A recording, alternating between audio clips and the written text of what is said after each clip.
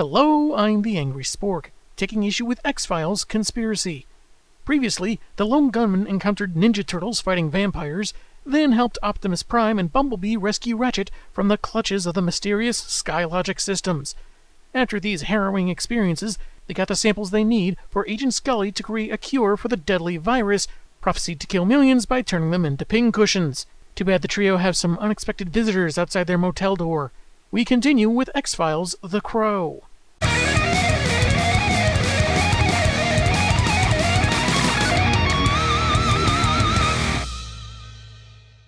The cover, fittingly enough, has crows flying around, its files shot full of bullet holes, maybe by this guy looking like he shot through a window.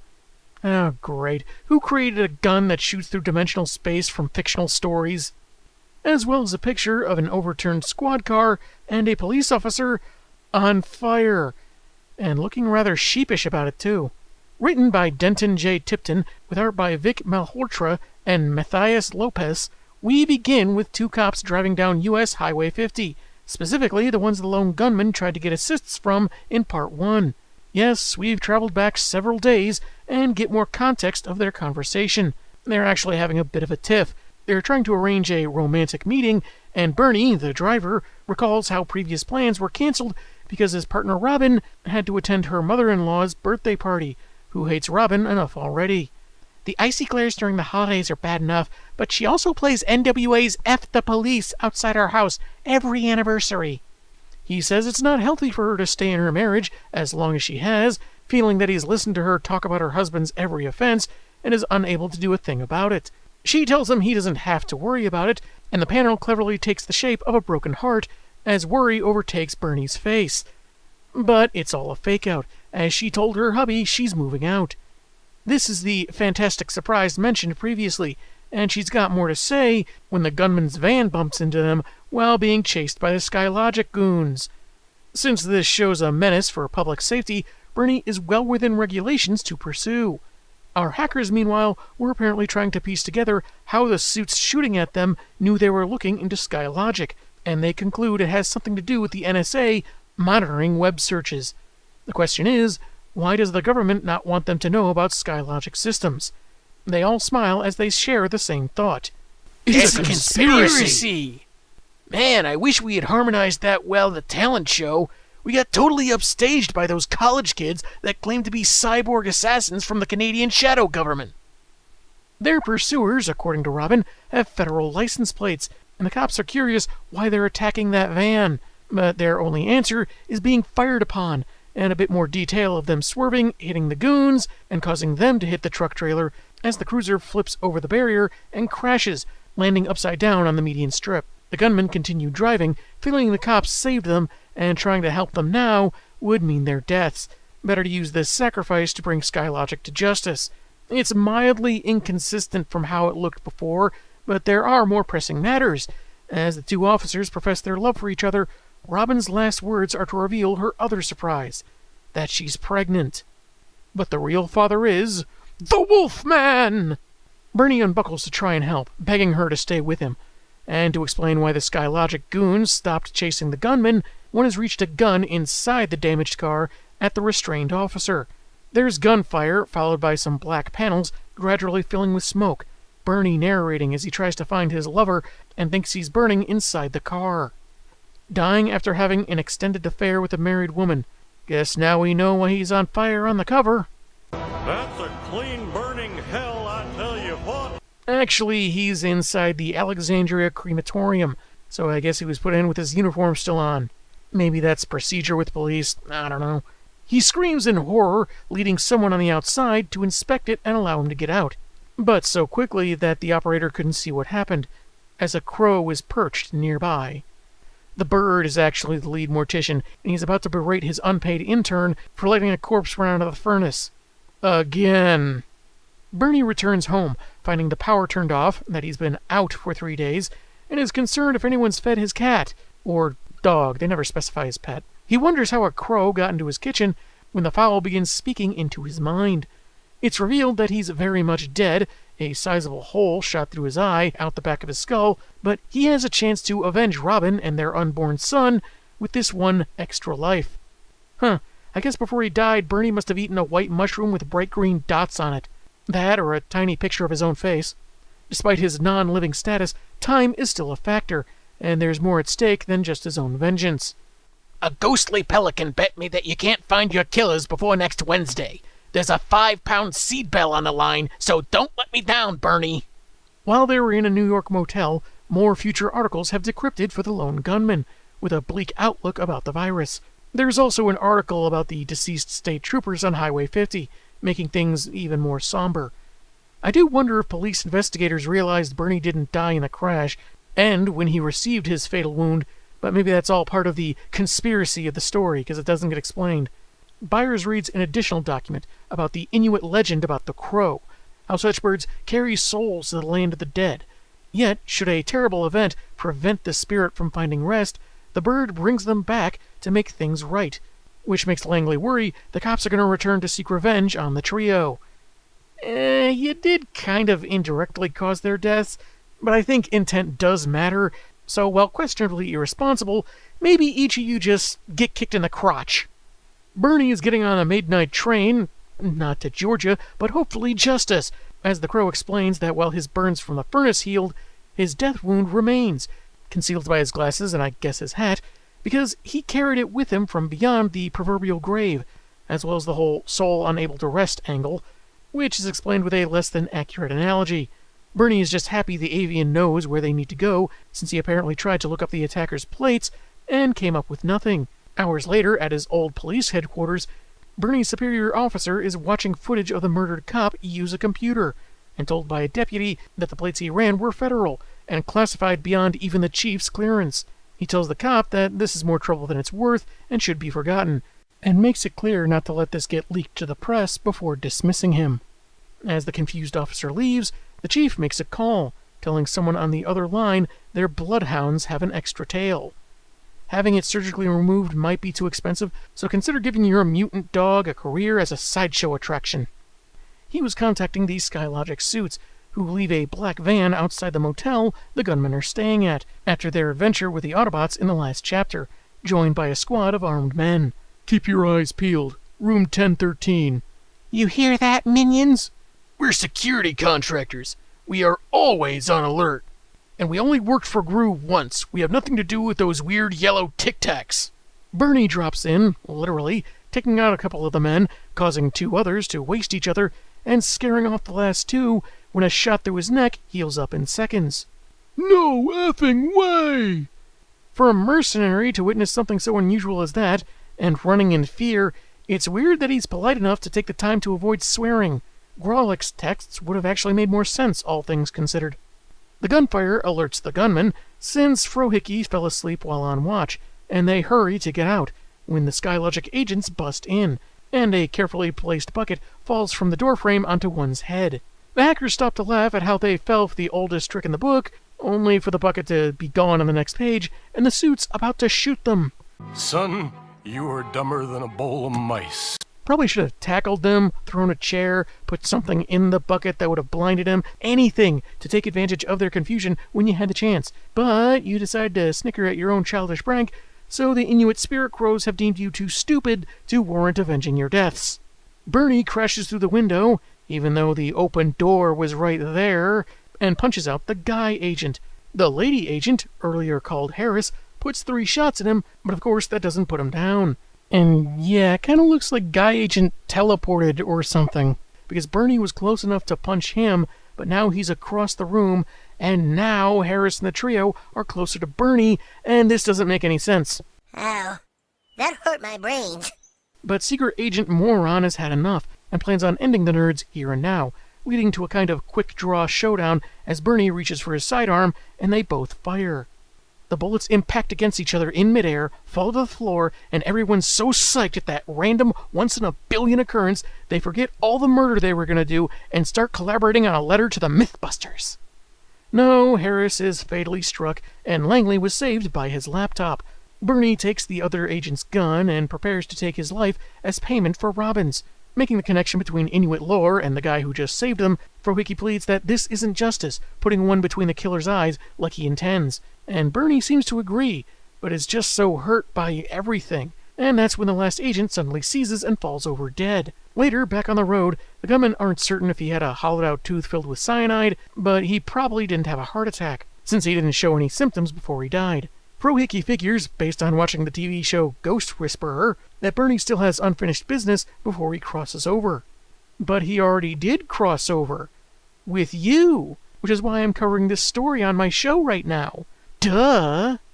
Given Egon's earlier theory that a ghost could guide a Higgs boson particle through time, the cop's spirit may be up to the task, and saving the world is the last thing he has to do.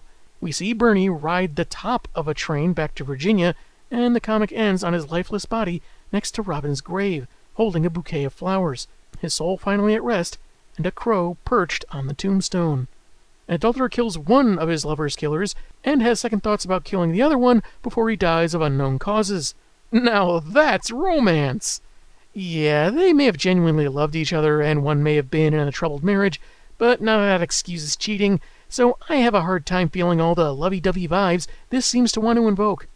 On to our final chapter, X-Files Conspiracy number 2. These files come with wires, drawn photos of our seldom-seen FBI agents, and one guy in a lab coat holding a gun that emerges from the picture. He really wants you to put on your 3D glasses now. Either that, or he wants Mulder's secret to gradually morphing into Cillian Murphy. Same creative team as Part 1, Paul Crilly writing, with John Stanishi and Stephen Downer on art. It's just past 11 a.m. in Atlanta, Georgia, and the lone gunmen have arrived at the CDC, making it just before the citywide quarantine set for noon. 900 more victims have succumbed to the virus in the past 2 days, so there isn't as much time as they had hoped. They hand Scully the Energon and Ninja Turtle blood, which Pro-Hickey shrugs off as a piece of cake. Why must you turn my office into a house of lies? As they enter a lab and she hands the samples over to one of the other scientists, Scully mentions she hasn't heard from Mulder since the previous day, when he gave her the gunman's ETA. Truth is, I'm a bit worried. He's gone dark. He only wears black clothes, talks about how pointless everything is, no one understands him, and has started taking direction from Zack Snyder. Fox is in Washington, D.C., lockpicking his way into an abandoned building, though not finding anything in his search as he descends to a lower level. No bubbling beakers, no evil mastermind stroking his little pussycat. Some people just have no sense of style. I'm at least talking to myself out loud, so anyone in hiding can hear my voice echoing through this empty lair while I remain completely ignorant to how I'm making it easier for someone to sneak up on me. I'm doing my part! He hears a door slam behind him, then hides under the stairs as someone walks down, inserts a card into what appears to be a solid brick wall, and reveals an entryway to a sophisticated lab. Mulder quickly gets behind him, putting his gun to the stranger's head, and mentions having footage of the guy and David Simmons at the apartment complex where they released the virus. So not only did they identify that other guy in between issues, Mulder recognized the back of his head. That's some impressive detective work. The accomplice calls it a regrettable mistake as part of the important work he's part of, and the agent stops him from using the phrase collateral damage, lest he do something unpleasant for which he won't take responsibility. Not just because of your cavalier attitude toward human life, but because that phrase always reminds me of the action movie Arnold Schwarzenegger was in, which I don't think was really his best work. Scully updates the nerds, how biochemists seem to have isolated the bacteria that targets human DNA, and now they just have to weaken that bacteria and introduce it into their bodies via a vaccine. Langley asks if that's just not going to cause more death, and Pro-Hickey says, per biology class in school, that the bacteria will be so weak, the human immune system will not only be able to kill it, it'll develop antibodies to fend off the original contagion. I find this a little weird for a few reasons. One, that a guy like Ringo, who thinks he knows so much, doesn't know something that's pretty common knowledge, or at least should be for someone his age. Two, that an older, experienced conspiracy theorist like Pro-Hickey believes something so official instead of claiming it's another government lie. Which leads me to 3, how I once got into a back and forth on Twitter with someone who seemed rather conspiracy-leaning, as they were convinced that viruses aren't contagious because of one dude's experiments in the early 1900s, despite a literal century's worth of scientific advancements since then saying, yeah, they are. So, personally, I'm getting a lot from this one small exchange. As Scully returns to work, Byers calls off any "We Saved the World" celebrations quite yet, as the final file in their cache has decrypted, revealing the last future headline. A bomb planted within the CDC building killing 483 people. I'm no computer programmer, but if whoever sent them these files had any control in the order the files got decrypted, You probably should have led with that one! deeper in the secret lab, Mulder demands answers about the second batch of virus they intend to release that will serve no purpose other than to kill millions. But this doc doesn't know what he's talking about. The guy pointing a gun at the agent's head, on the other hand... Only a rat would shoot a guy in the back. Dropping his weapon, Fox is informed by the new guy, Dr. Temple, that there will be no cure, as there's a bomb at the CDC, and even cites it's where Mulder's partner is. This basic declaration confuses both the Fed and the bald scientist, until it dawns on them that Temple wants the virus to spread, and it was always meant to target humans. And that's when the guy's eyes change to something inhuman. Anytime the writer wants to cross over with Men in Black, I'm totally fine with Agents J and K rescuing me about now. At the CDC, Langley has an app that can detect the magnetic fields given off by explosive materials, meaning they can use it to find the bomb. I don't know about straight-up bomb detection, but it turns out smartphones do have the capability of detecting magnetic fields, so fun fact there. Frohickey feels they should tell Scully and the authorities, but that might mean evacuating the building, stopping the antidote from being made, and maybe even the bomb destroying the samples they worked so hard to acquire. Byers says they're both right. They should inform Scully, but also look for the bomb, which they get to immediately. Cabinets, storage rooms, the purse of a woman who gives a really peculiar expression and maybe has a touch of the lazy eye, until Langley checks a utility closet where he finds a sink full of sticks of dynamite wired to a cell phone. Frohickey, I think I found it. Or, by sheer coincidence, you found a series of questions to ask the janitorial staff. In the secret lab, the bald doctor finds it ridiculous that they were working on a virus to wipe people out. It was about fighting aliens. But Temple, who seems familiar with Mulder, does not back this up. His dialogue instead implying he is an alien, part of a group taking a different approach to humanity, opposing others who are stuck in their ways. Dadgum lazy millennial space invaders, using a virus to destroy humanity instead of doing the work themselves. In my day, we had molecular destabilizers that disintegrated up to 5 targets before needing to recharge, and we were happy for it. Mulder needn't worry, since he's about to die, as Temple opens fire. Good thing for our agent, because Baldy apparently teleports from behind the villain to in front of Mulder to take the bullet. Temple keeps firing, and keeps missing, as I guess he gets closer to his target, but the other scientist has taken Fox's gun and started shooting, intending to hit his betrayer, but narrowly missing Mulder's head. I mean, he's dying, so that's understandable. Temple makes a run for it, grabbing another viral canister, with the rearmed Fox giving chase and taking a bullet in the arm as we return to the gunman, uncertain how to disarm the bomb.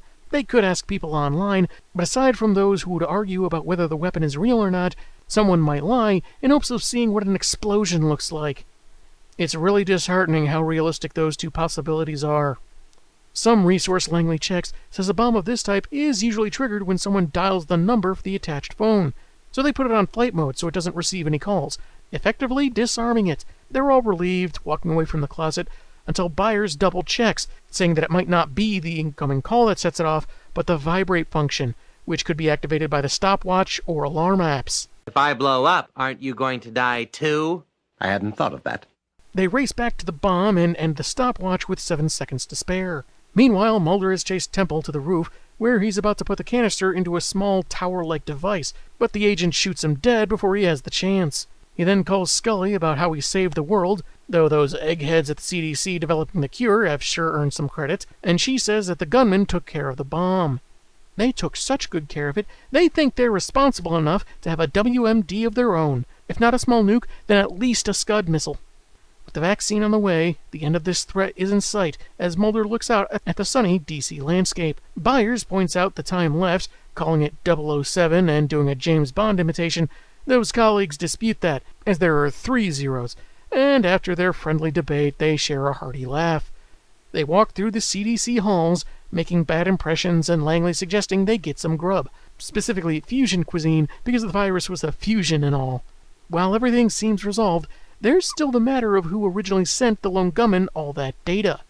Who had all this pertinent information that aided our heroes in preventing global catastrophe through their encounters with the strange, the supernatural, and the sensational? That's when we return to CERN and the Large Hadron Collider. But one of a different reality, the past that almost was. The past where you ordered fried pickles as a side dish instead of the mashed potatoes. Scully, Mulder, the gunman, and Bernie have made their way inside, guns out, and Scully looking like she's trying her hand at Zoolander's blue steel. Frohickey seems fatigued, but says he's okay, as they make way past several scientists, and Byers uploads the data. Bernie steps up to the particle accelerator, admitting he doesn't really know what he's doing, but if he found his way here, he'll probably find his way back. At the press of a button, they wish the undead officer good luck as he disappears in a flash of light. Kinda makes my original idea for this episode's title card more fitting. I almost photoshopped a traced picture of Sam Beckett in the Quantum Leap accelerator, but with a crow's head. Though I scrapped the idea because I had done a Quantum Leap parody card last year, and all the blue probably would have awkwardly blended into my usual background. If their plan works, Frohickey says the virus won't have broken out, nor will their current reality exist. It doesn't seem to make sense to Mulder, as his hand breaks out in metal spikes, and he gives no reaction. At best, that's a stoner amazed by something shiny. Anyway, the nerd goes on, that in the infinite realities, some where the plague never was, others where it annihilated mankind, theirs will become a closed loop, becoming redundant. It's my job to be repetitive. My job. My job. Repetitiveness is my job. Scully asks what that means for them, as Frohickey and Mulder's bodies burst with more metal slivers, just as they're wiped from existence, and the story ends on a sheer white panel. That was X-Files Conspiracy, and while I was never a big fan of the paranormal series, it was altogether a really great story. Lack of familiarity with the show or its comics wasn't really a hindrance, aside from one passing reference or two. On its own, it establishes that the lone gunmen are conspiracy theorists with connections to the FBI, and they have ways of finding information, even if their suppositions aren't always accurate. Reading this, I think I got a good grasp of each of their personalities. Frohickey is older, more experienced, likely has seen some things that either make him more suspicious of the powers that be, or confirms his suspicions. He's not always right, still has some things to learn, but isn't without some wisdom to impart. He's not without compassion, and definitely has a thing for redheads, flirting with even the mildest of gestures, even if the ginger in question may be out of his league. Langley is possibly driven by youthful enthusiasm for alternative explanations, preferring the more bizarre or cynical explanations more out of fascination than fact, combined with his distrust of the man, all fueling a bit of confirmation bias.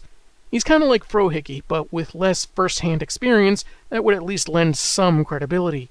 He also seems the least mature at times, like not wanting to take responsibility for releasing that ghost, because he already decided the Ghostbusters were frauds. Byers is the face, the people person you'd want doing the talking, because he can better walk the line between the fringe and the mainstream. He obviously believes, or is at least willing to believe, some wacky theories, but keeps things professional when necessary. He'll ask questions, but he's not afraid to question those questions, not instantly buying into whatever exciting narrative his buddies might cook up. He can offer more rational, down-to-earth explanations that balances things out. In short, old crazy, young crazy, and the one that can pass for normal. Langley did annoy me with how he treated Ray and the gang, but I did like how he befriended Bumblebee, even if it was really out of the blue. The bot did threaten him, even if it was kind of an idle threat, not to mention Ringo couldn't have known that, but in no time at all, they're ninja buddies! I guess the not-hippie being all excited by the talk of Decepticons and Cybertron did help with that, but it still seemed a little sudden to me. Where most crossovers have a more balanced vibe of its stars, there wasn't much of that here.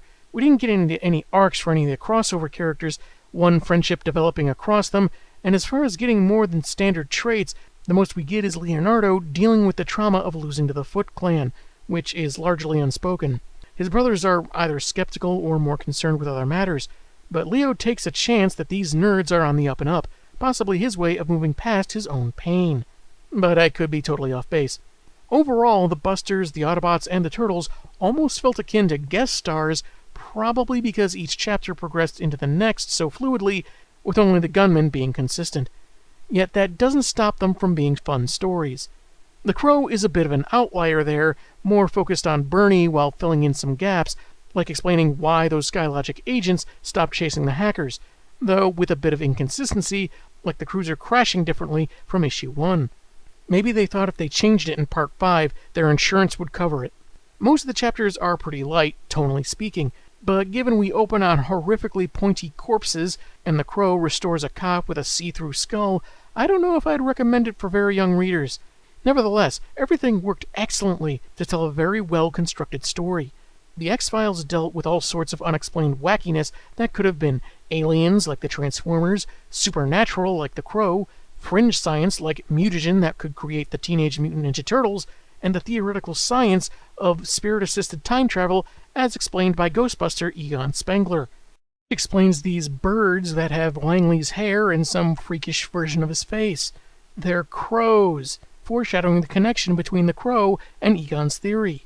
Nice! It is true that there was no explanation as who was behind this virus, the probable aliens behind Skylogic Systems, but I'm pretty sure that kind of lingering mystery with some unanswered questions to close a story was a mainstay of X-Files as well, something a writer might leave in to build on for a future story down the line. In which case, here's hoping for a sequel where the X-Files crosses over with Dexter's Laboratory, My Little Pony, Steven Universe, and Uncle Grandpa. I liked the explanation that in another timeline, Bernie stuck around to help guide the Data to the past, as our heroes had gathered the necessary info, but sadly realizing the threat too late. Yeah, Mulder makes a good point that this would mean they wouldn't have a reason to infiltrate CERN and send the Data in the first place, but I think this works about as well as most time travel causality scenarios. The art was kind of a mixed bag across so many chapters. Ghostbusters, Turtles, and the Crow all had strong, vibrant colors and varied in how realistic they drew the characters, ranging from either close likenesses of the actors or more cartoonish approximations. Transformers was a bit on the dark, grainy side, maybe because it takes place largely at night, but maybe also to fit in with the Michael Bay films, given Optimus and Bee's designs, and I really don't care for the latter's head sculpt. He looks like a nutcracker soldier whose jaw mechanism doesn't work right. Ratchet, however, seemed more based on his counterpart from the cartoon Transformers Prime, though that too was influenced by the films. The first and last issues felt a lot like latter-day Neil Adams. It had great likenesses of the actors that portrayed the agents and the gunmen, much of the time. There were panels where the resemblances were less accurate, as well as some expressions that didn't fit the scene. There really should be a bigger reaction from someone whose hand is bursting with metal sticks. 'Tis but a scratch. I think the line work kind of felt a little thick or scratchy, and some panels would have looked better with less. This shot of Scully looks like the inks separating the light from the shadows were left in, alongside darker shading, making the lighter portion appear as if some flesh is raised off her face. I think a little alteration like this makes it appear a little less jarring. But hey, I'm not a professional artist, as you can plainly see. While there are a few continuity errors, and the ending may not quite be as satisfying as some might like, X-Files Conspiracy on the whole does a great job with the franchises it visits, making all these pieces of an elaborate puzzle fit superbly well. It's a bit complex without being overly convoluted, and was more enjoyable than I had anticipated, so I give it a strong recommendation. I'm the Angry Spork, and man, have I got issues.